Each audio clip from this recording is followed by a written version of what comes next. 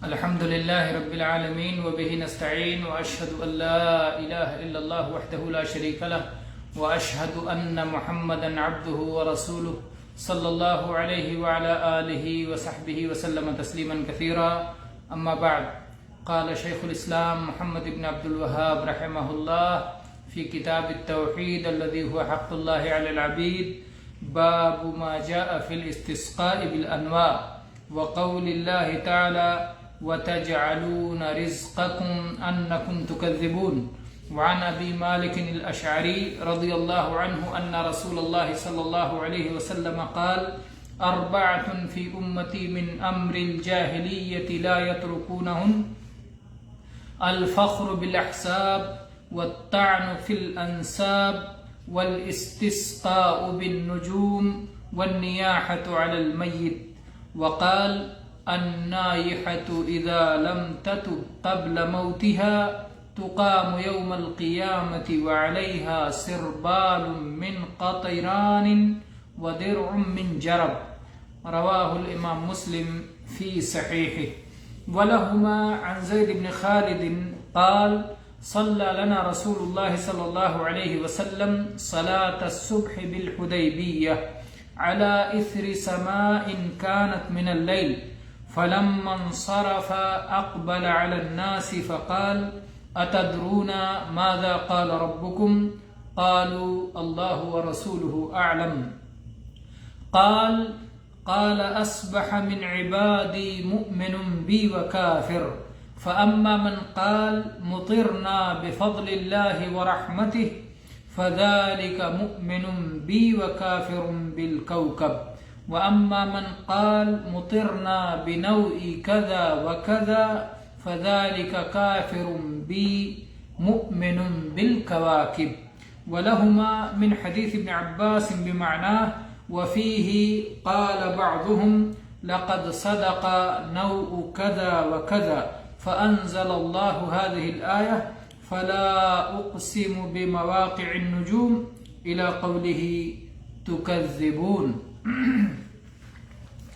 گرامی قدر خواتین و حضرات، کتاب التوحید کے درس کا سلسلہ اللہ کے فضل و کرم سے آج اس باب تک پہنچ گیا ہے جس میں شیخ الاسلام محمد بن عبد الوہاب رحمہ اللہ باب قائم کرتے ہیں: باب ما جاء فی الاستسقاء بالانواع. انواع یا جس کو نچھتر اردو میں کہتے ہیں، یا تاروں کے مقامات یا چاند کے منازل کے ذریعے سے بارش طلب کرنے کے سلسلے میں شریعت میں کیا وعید آئی ہے یا اس کا کیا شرعی حکم ہے. کتاب التوحید سے اس باب کا تعلق یہ ہے کہ جب توحید کے مسائل میں سے ایک مسئلہ یہ ہے کہ بارش نازل کرنے والا اللہ ہی ہے، بارش اللہ کی مشیت سے، اللہ کی قدرت سے، اللہ کے فضل سے، اللہ کی رحمت سے نازل ہوتی ہے. اب اگر کوئی شخص یہ عقیدہ رکھے کہ بارش اللہ کے سوا کسی اور کی جانب سے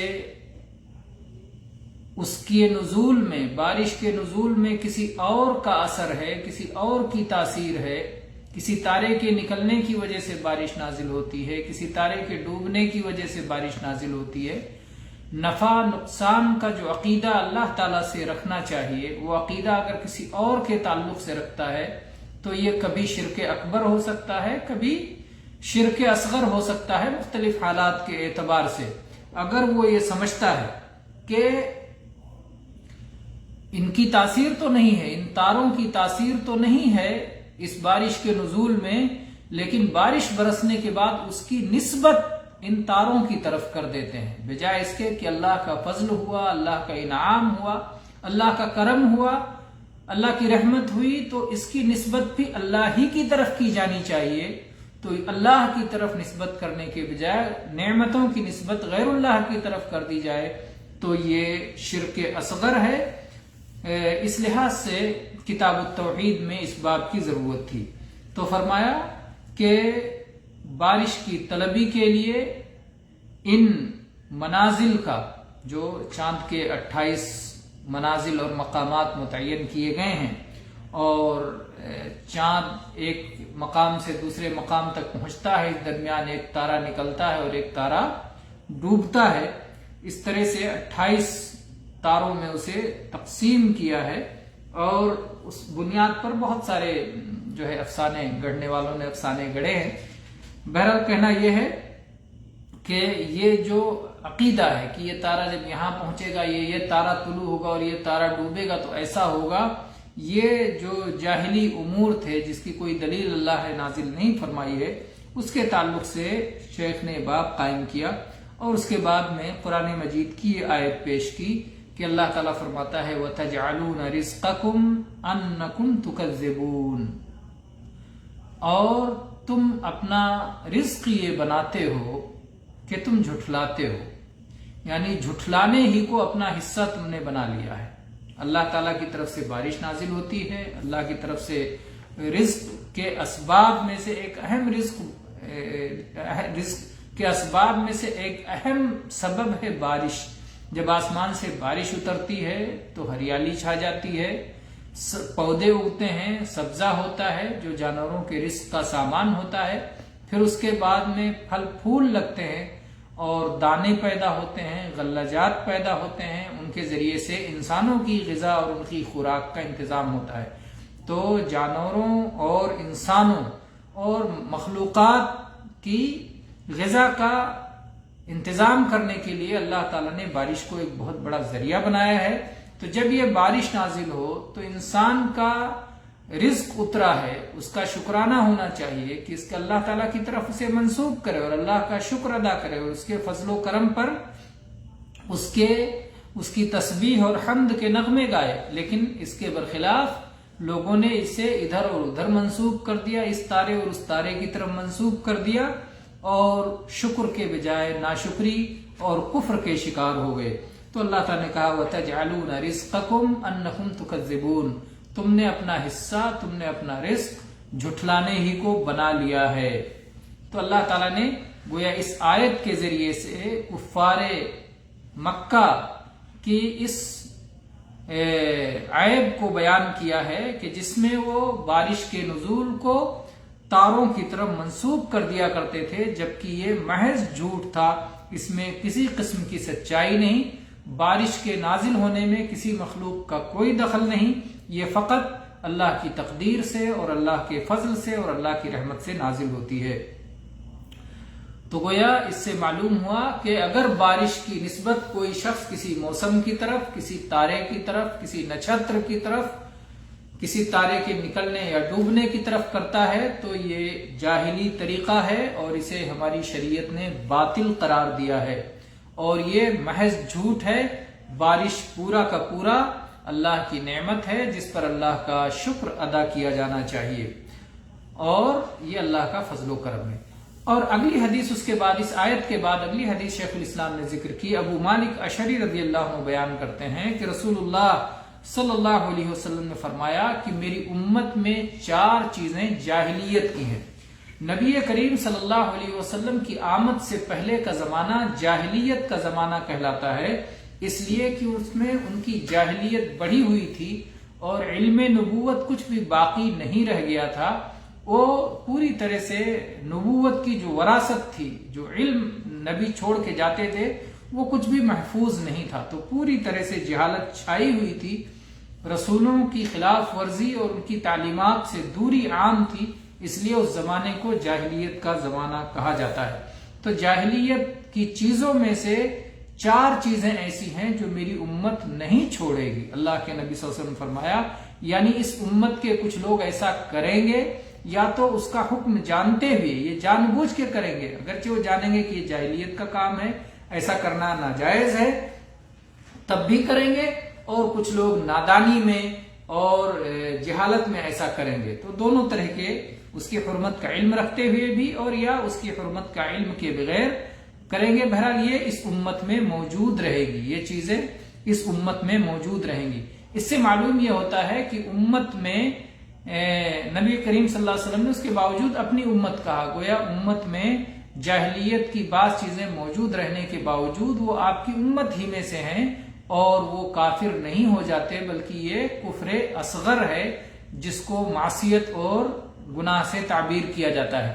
تو کفر کی دو قسمیں ہو گئی، ایک کفر اکبر جس کی وجہ سے آدمی ملت سے خارج ہو جاتا ہے، اور ایک کفر اصغر جو کہ گناہ اور معصیت کی قسم سے ہے جس کی وجہ سے ملت سے انسان خارج نہیں ہوتا۔ تو اللہ کے نبی صلی اللہ علیہ وسلم فرمایا کہ میری امت 4 چیزیں نہیں چھوڑے گی، 4 چیزوں پر عمل کرے گی۔ اس میں سے پہلی چیز ہے الفخر بالاحساب، اپنے حسب پہ فخر کرنا، اپنے باپ دادا پہ، میں تو اس خاندان کا ہوں، میرے تو فلاں باپ تھے اور میرے تو فلاں دادے تھے اور میں تو فلاں قبیلے کا ہوں۔ یہ کوئی فخر کی چیز نہیں ہے، یہ فخر کی چیز نہیں۔ فخر کی چیز تو کیا ہے؟ تقوی، پرہیزگاری، عمل۔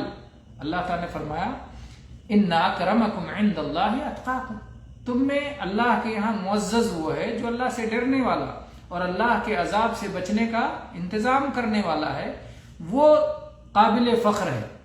باپ دادا پہ فخر کرنے کا کیا مسئلہ ہے؟ تو اس لیے یہ جاہلی امور، اللہ کے نبی نے فرمایا کہ یہ جاہلیت کی چیز ہے اور یہ میری امت نہیں چھوڑے گی۔ اور یہ نبی کریم صلی اللہ علیہ وسلم کے سچے نبی ہونے کی نشانیوں میں سے ہے کہ آپ نے جو پیش گوئی فرمائی وہ بالکل برحق ثابت ہوئی۔ آج آپ چلے جائیے، مسلمانوں کے درمیان حسب و نسب پہ فخر کرنا کس قدر موجود ہے۔ بہت سارے لوگ، میرے دادا تو یہ اور میرے پردادا یہ، اور میں فلاں کی اولاد سے اور میں فلاں کی اولاد سے، اس پر فخر کرنا بہت زیادہ عام ہے، جبکہ یہ جاہلیت کی چیز ہے، اسلام نے اسے قدموں تلے رونت دیا ہے۔ تو یہ رہی پہلی چیز۔ دوسری چیز ہے الطعن فی الانساب، نسب میں طعنہ زنی کرنا، عیب نکالنا، ارے وہ فلاں نسب کا ہے اور فلاں قبیلے کا ہے اور ایسا ہے اور ویسا ہے، کمتر دکھانا۔ تو نسب میں، کسی کے نسب میں طعنہ زنی کرنا، عیب گیری کرنا، تنقیص کرنا، اور یہ بھی بہت زیادہ موجود ہے، اللہ ہمیں ہدایت دے۔ اس کے بعد فرمایا والاستسقاء بالنجوم، اور تاروں کی طرف بارش کی نسبت کرنا۔ بارش ہو جانے کے بعد، یہ ہتھیا کا موسم چل رہا ہے تو یہ ساون آ گیا ہے تو یہ فلاں تارا ڈوب گیا اور فلاں تارا نکل گیا، تو اس طرح سے یہ رہے گا کہ واقعی فلاں تارا سچ ثابت ہو گیا کہ اس میں بارش ہوتی ہے تو بارش ہوئی، اس نے سچ کر دکھایا۔ تو تاروں کی طرف بارش کی نسبت کرنا یہ بھی اس امت میں باقی رہے گا۔ اور چوتھی چیز فرمایا کہ مردوں پر نوحہ کرنا یہ بھی باقی رہے گا، کہ وفات پانے والا وفات پا گیا، اس کے بعد نوحہ اور مرثیہ اور ماتم اور جو ہے سینہ کوبی اور غم کا اظہار اور اعلان، جس طرح جاہلیت میں تصور پایا جاتا تھا کہ مردہ جس قدر مقام اور مرتبے والا ہے، اس کے مقام و مرتبے کے مطابق اس کا نوحہ ہونا چاہیے۔ تو اگر یہ تصور ہے تو پورا یہ جاہلی تصور ہے، اسلام نے اسے مٹا دیا ہے۔ پھر اس کے بعد میں اللہ کے نبی صلی اللہ علیہ وسلم نے یہ 4 چیزیں جاہلیت کی ذکر کرنے کے بعد اس کی سزا بتلائی جو نوحہ کرنے والی ہوگی۔ نوحہ کرنے میں عورتیں مردوں کے مقابلے میں زیادہ ہیں، اس لیے آپ نے فرمایا النائحۃ اذا لم تتب قبل موتها، اگر نوحہ کرنے والی عورت اپنی موت سے پہلے توبہ نہیں کر لیتی تقام یوم القیامت وعلیہا سربال من قطران ودرع من جرب، کہ تو اس کو قیامت کے دن اپنی قبر سے اٹھایا جائے گا اور اس کی حالت یہ ہوگی کہ اس کے بدن پر پگھلائے ہوئے پیتل کا لباس ہوگا اور خارش کی قمیص ہوگی، خارش کی زرہ ہوگی۔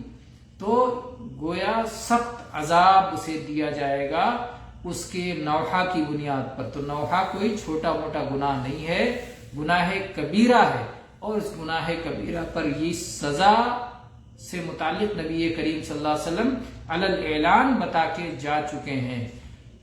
اور ساتھ میں یہ بھی گویا بتا دیا گیا کہ توبہ کرنے سے بڑے گناہ کی معافی ہو جاتی ہے۔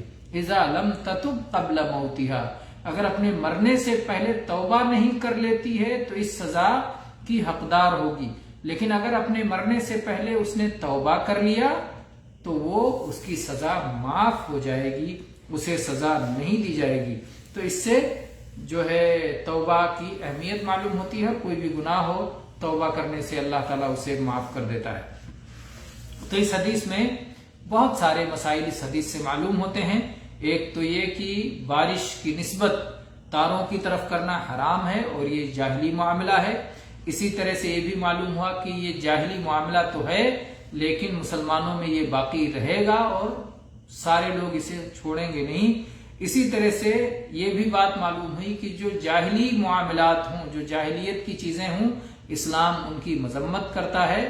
جاہلیت اور جہالت کو اسلام ناپسند کرتا ہے اور اسلام علم اور تعلم کو پسند کرتا ہے اور نبوت کی وراثت کو چاہتا ہے کہ عام ہو۔ اسی طرح سے اہل جاہلیت سے مشابہت اختیار کرنا ممنوع ہے۔ حسب و نسب پہ فخر کرنا یہ جاہلی کام ہے۔ اسی طرح سے کسی کے نسب کی مذمت کرنا اور عیب جوئی کرنا یہ بھی جاہلی کام ہے اور حرام ہے، اور ایسے ہی نوحہ کرنا حرام ہے اور اس کی سزا بھی بیان کی گئی حدیث میں، اور یہ کبیرہ گناہ ہے اور توبہ کرنے سے گناہ معاف ہو جاتا ہے چاہے جتنا بڑا گناہ ہو۔